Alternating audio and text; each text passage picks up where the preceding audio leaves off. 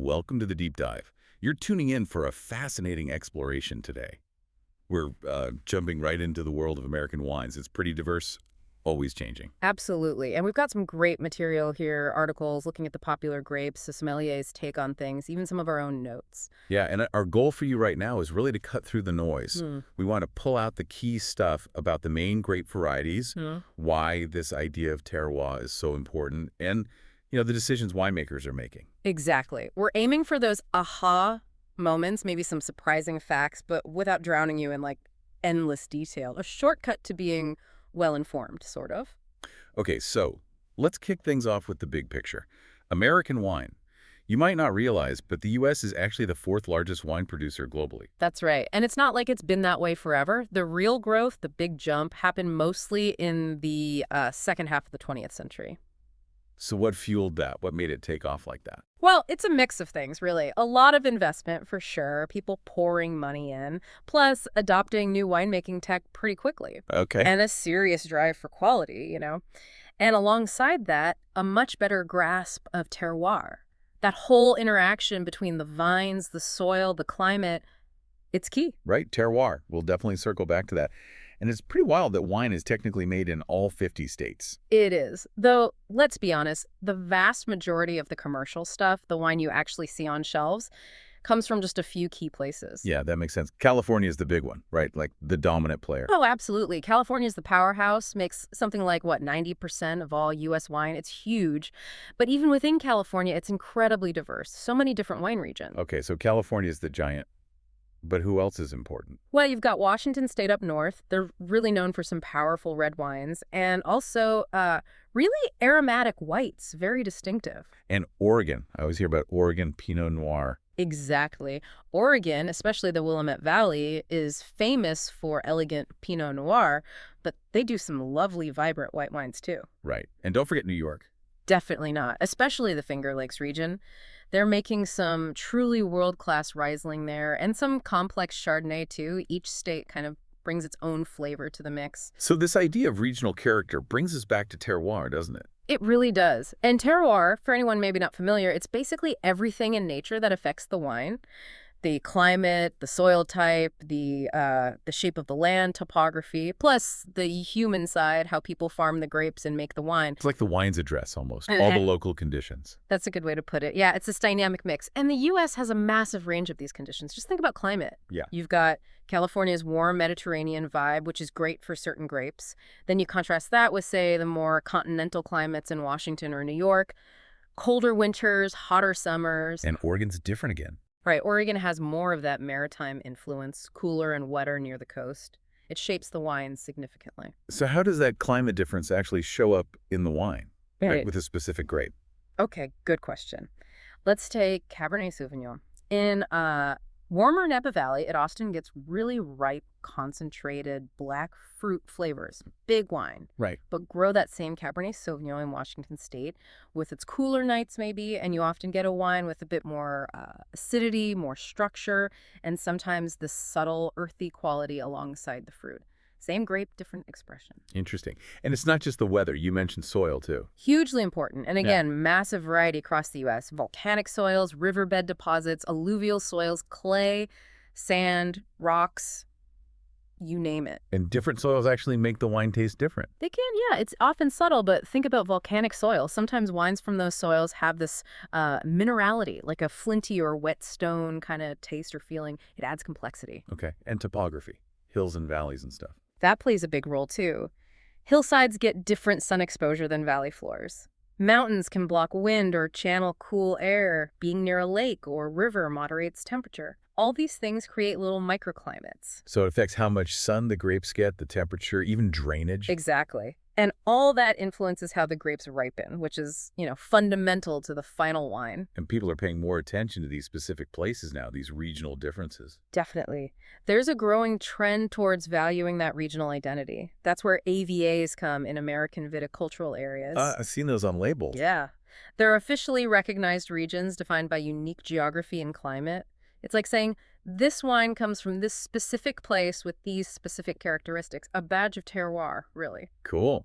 Okay, let's dive into some of the big names then, the iconic red grapes. We probably have to start with Cabernet Sauvignon. Yeah, you kind of have to. It's dominant, especially in California, just huge. Why is it so successful here? Well, it adapts pretty well to different spots, but mainly it's got this potential for, real structure, lots of complexity, and it can age beautifully. It makes serious wine. And Napa Cab is sort of the benchmark, isn't it? It really is. Napa Valley Cabernet Sauvignon has this global reputation, known for concentrated dark fruit like cassis, blackberry firm tannins, and often those cedar and spice notes, especially if it's seen some good oak. Wine's built to last. But it's not just Napa, right? Other places do Cab too. Oh, absolutely. Yeah.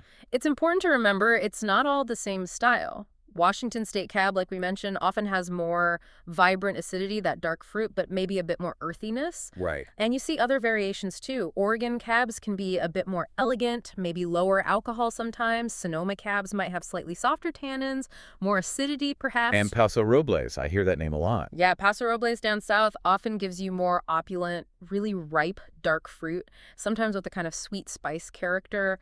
Lots of different takes. So if you had to generalize, what's the typical American Cab like? Generally, you're looking at full-bodied. Tannins are definitely there, sometimes chewy, sometimes smoother. Good acidity, usually moderate to vibrant. And those core dark fruits, cassia, black cherry, blackberry. And the oak influence. Often noticeable, yeah. Vanilla, baking spices. And with age, you get those lovely secondary or tertiary smells and tastes. Cedar, tobacco, maybe leather, even graphite. And making it, that involves some key steps. For sure. Things like how long the juice stays on the skin's maceration that extracts color and tannin. And the choice of oak barrels, French, American, new, old, that massively shapes the flavor and texture and its ability to age. Oh, moving on. How about Merlot? Still really popular. Very popular, yeah. Yeah. And super versatile. Again, Washington State does really well with Merlot. Yeah. Good structure, those typically softer Merlot tannins. Complex fruit, red and black, and again, often the subtle earthiness. In California Merlot. Is Is it all one style? Not at all. You get a real range.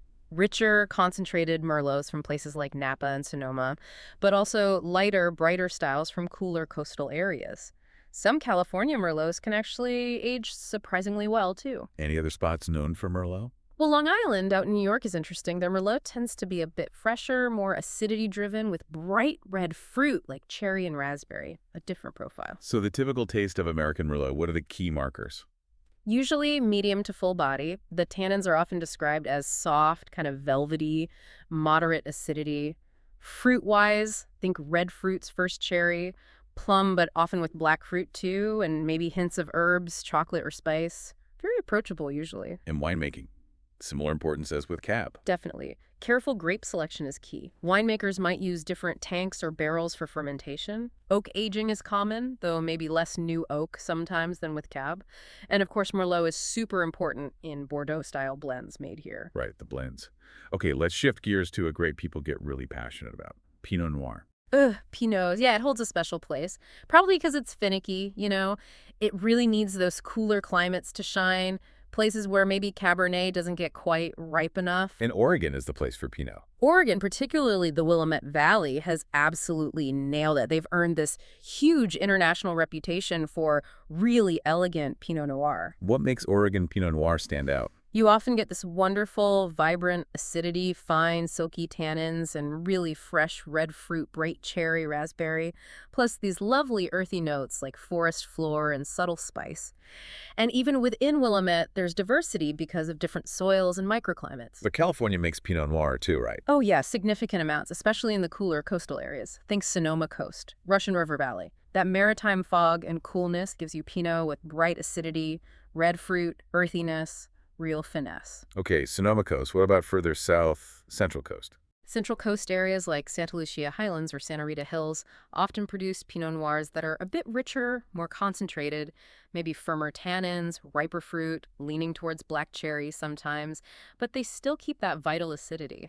So the general profile of American Pinot, light, acidic. Generally light to medium body, yes.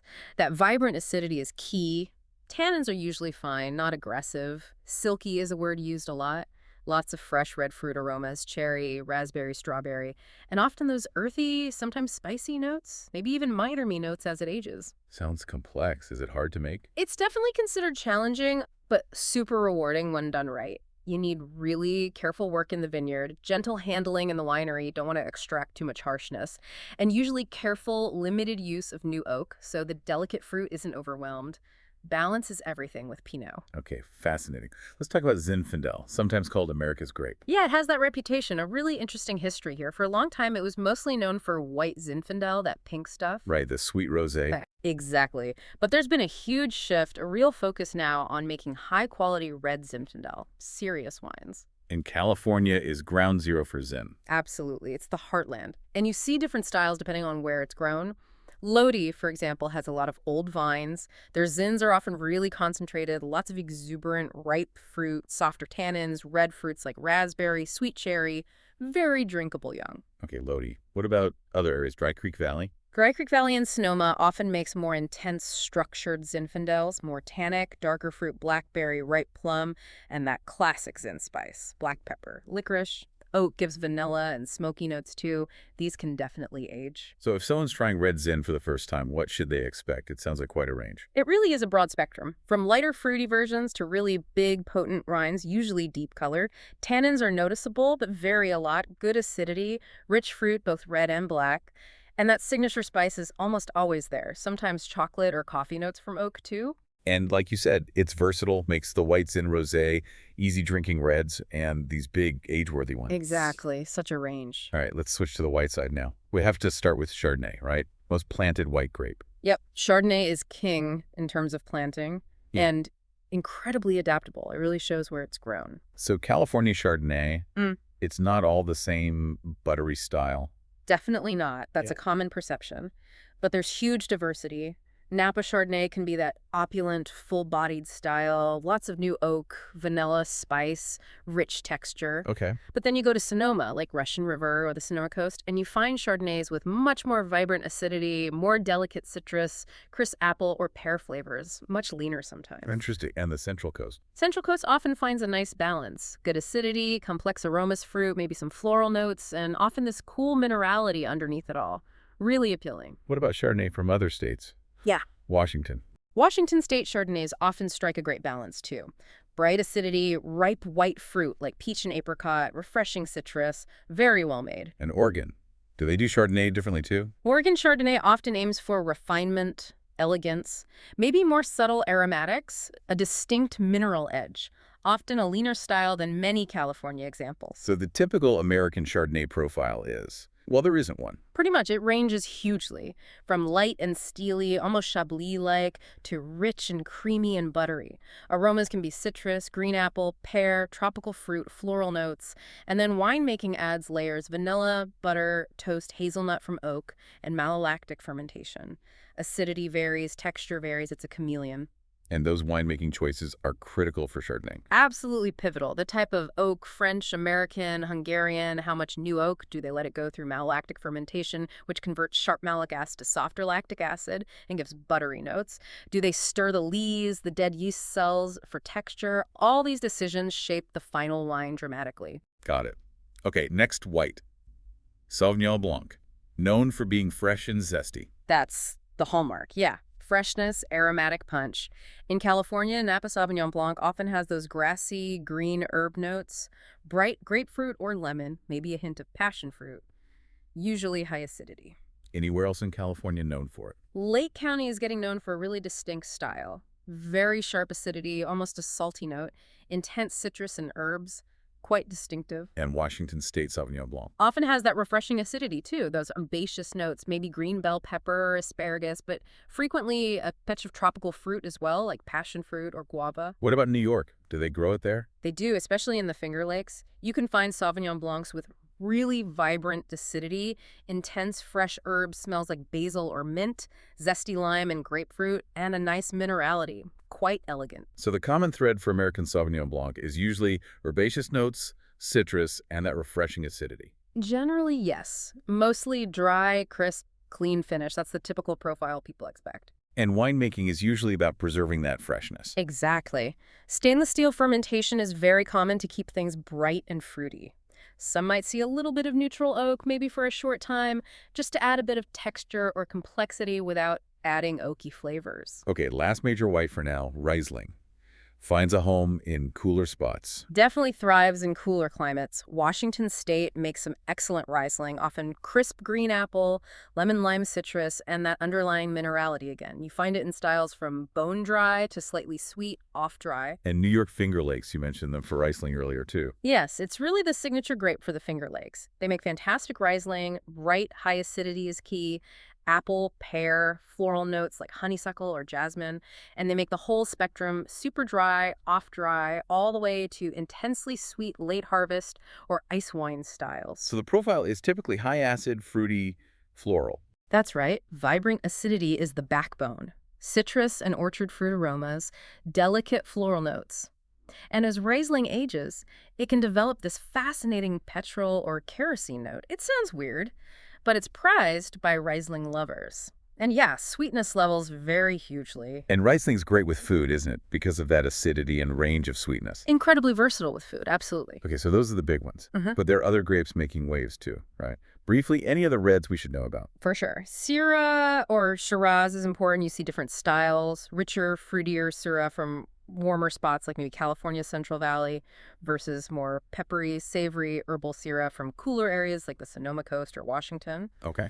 Cabernet Franc is gaining ground too. More elegant often than Cabernet Sauvignon. Softer tannins, bright acidity, sometimes leafy or bell pepper notes with red fruit. Petit Verdot is mostly used in blends for color and tannin, but you occasionally see it bottled alone. And other reds people might see. Yeah, things like Grenache and Mourvedre, especially in Rhone-style blends from warmer regions. Tempranillo, the Spanish grape, is finding some success. Sangiovese, Nebbiolo, people are experimenting. And quick hits on other whites, beyond the big three. Well, there's Pinot Grigio and Pinot Gris, same grape, different styles. The Grigio style is usually light, crisp, simple citrus. The Gris style, like you often find in Oregon, tends to have more body, richer texture, pear and apple notes, maybe spice. Bayonne. Very aromatic, lots of peach, apricot, floral notes like honeysuckle, usually fuller bodied. And then you're seeing more Albarino, especially in cooler coastal spots. Citrusy, floral, sometimes salty. Gruner Veltliner, Verdejo, even dried Chenin Blanc are popping up more, lots of diversity emerging. Wow, okay, so across all these grapes, the winemaker's touch is always crucial. Always. I mean, they're making decisions constantly. In the vineyard, during harvest, in the cellar, trying to best express the grape and the place it came from, the terroir, using different tools, different techniques, temperature control, yeast choices, oak choices, filtration, all aimed at achieving balance, complexity, and increasingly a sense of American identity in the wine. Well, this has been quite the journey through American wines. We've definitely covered a lot of ground. We have. And it's clear, isn't it? The U.S. wine scene is just incredibly diverse, incredibly dynamic. You've got these key grapes finding their sweet spots, but always shaped by that local terroir and the winemaker's skill. Yeah, hopefully you, the listener, feel like you've got a much stronger handle now on the main grapes, what makes them tick, and what to look for from different regions. We certainly hope so. It's a fascinating world to explore. So maybe a final thought to leave you with. With everything changing so fast in American wine, what overlooked region or maybe some less common grape variety that's just starting to bubble up?